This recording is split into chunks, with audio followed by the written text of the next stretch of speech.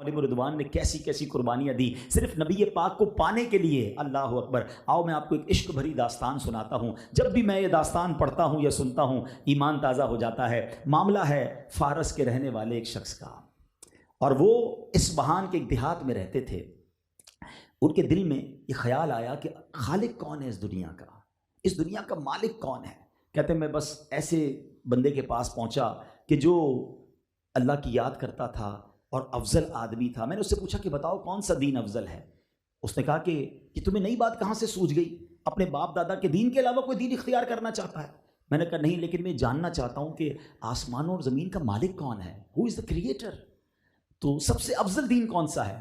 تو اس نے کہا کہ موصل میں جاؤ، ایک راہب ہے، وہ یہ تمام باتوں کو جانتا ہے۔ ٹریول کر کے وہ جو فارس کا شخص ہے وہ پہنچتا ہے کہاں پر؟ اس عالم کے پاس۔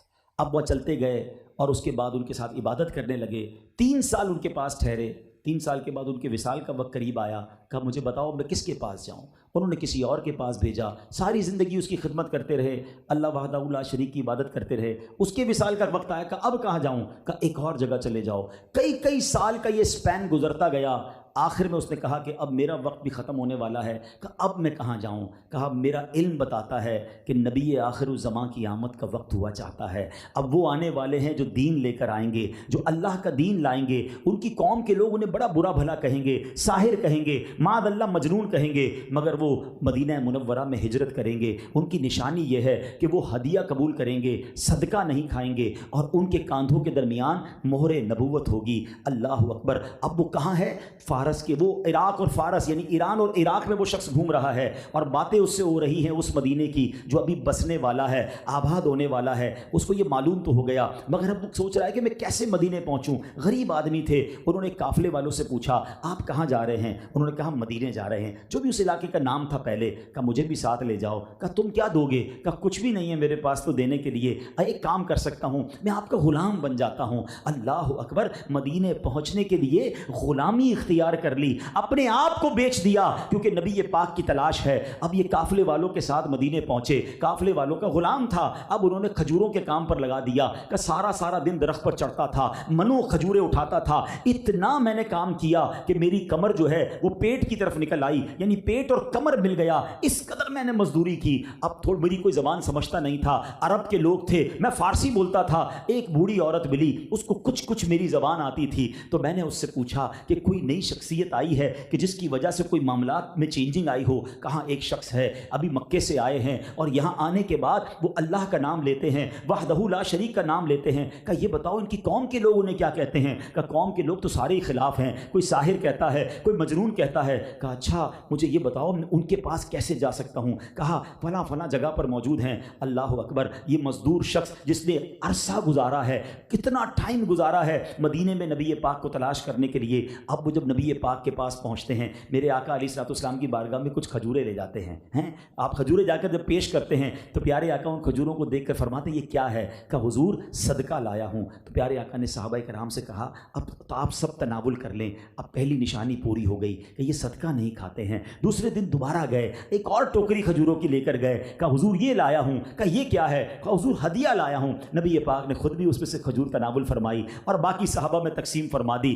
دو نشانیاں پوری ہو گئیں۔ اب اس کے بعد وہ شخصیت کہتی تیسری نشانی تلاش یہ تھی، مجھے بتایا گیا تھا کہ دونوں کاندھوں کے درمیان مہر نبوت ہے۔ اللہ اکبر۔ کہتے ہیں ایک بار نبی پاک چادر پہنے کھڑے تھے، میں کبھی دائیں جاتا کبھی بائیں جاتا کہ چادر تھوڑی سی اوپر ہو جائے اور میں دیکھ لوں کہ مہر نبوت ہے کہ نہیں۔ میرے آقا نے جب میری بےتابی دیکھی تو مسکرائے اور فرمایا اپنی چادر اتار لی، کہا دیکھ لو جو تم دیکھنا چاہتے ہو۔ دوڑتے ہوئے گئے، نبی پاک کی مہر نبوت بوسہ دیا اور نبی پاک سے سمٹ گئے۔ اللہ اکبر۔ امید ہے آپ پہچان گئے ہوں گے یہ کون سے صحابی ہیں جس انہوں نے اتنا طویل جرنی کی، ایسا تگو دو کر کے آقا کی غلامی اختیار کی، مدینے جانے کے لیے اپنے آپ کو بیچ دیا۔ یہ کوئی اور نہیں، یہ سیدنا سلمان فارسی رضی اللہ تعالیٰ عنہ ہیں۔ آپ نے 350 سال عمر پائی ہے۔ صحابہ کرام میں سب سے لانگ ایج اگر کسی کی تھی تو وہ حضرت سیدنا سلمان فارسی رضی اللہ تعالیٰ عنہ ہیں۔ اب آقا سے ملاقات تو ہو گئی، ایمان تو قبول کر لیا، مگر کہا حضور میں آپ تک پہنچتے پہنچتے بک گیا ہوں،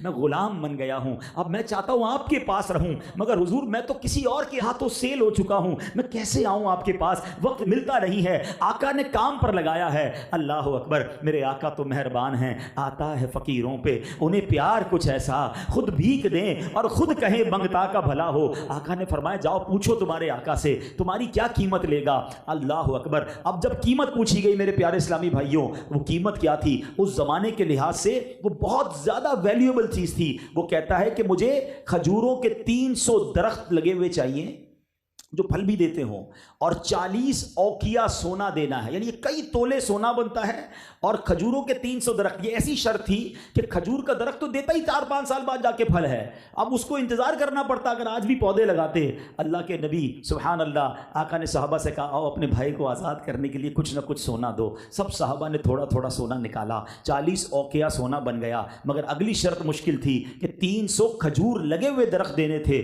نبی پاک نے فرمایا جگہ تلاش کرو، جگہ تلاش کی گئی، آقا خود تشریف لے گئے، اپنے ہاتھوں سے سیدنا سلمان فارسی کے باغ میں پودے لگانے لگے۔ اللہ اکبر، حدیث کی کتابوں میں یہ بات موجود ہے کہ چند ہی دنوں میں یہ درخت بڑے ہوئے، اور ایسے درخت بڑے ہوئے کہ سبحان اللہ اس کے اندر پھل بھی لگنا شروع ہو گئے۔ جو کام سالوں میں ہونا تھا وہ دنوں میں ہو گیا، اور صحابہ کرام کہا کرتے تھے کہ ہم نے کبھی ایسا غلام نہیں دیکھا، اس غلام کی تو بڑی شان ہے۔ اور سبحان اللہ، نبی پاک نے ان کی قیمت ادا کی اور حضرت سلمان فارسی کو آزاد کروایا۔ مگر یہ واقعات ہمیں بتاتے ہیں کہ کتنا ڈیفیکلٹ تھا، کتنی تلاش کی گئی ہے پیارے آقا کو ڈھونڈنے میں، اسلام قبول کرنے میں، اور پھر اسلام کو سسٹین کرنے میں۔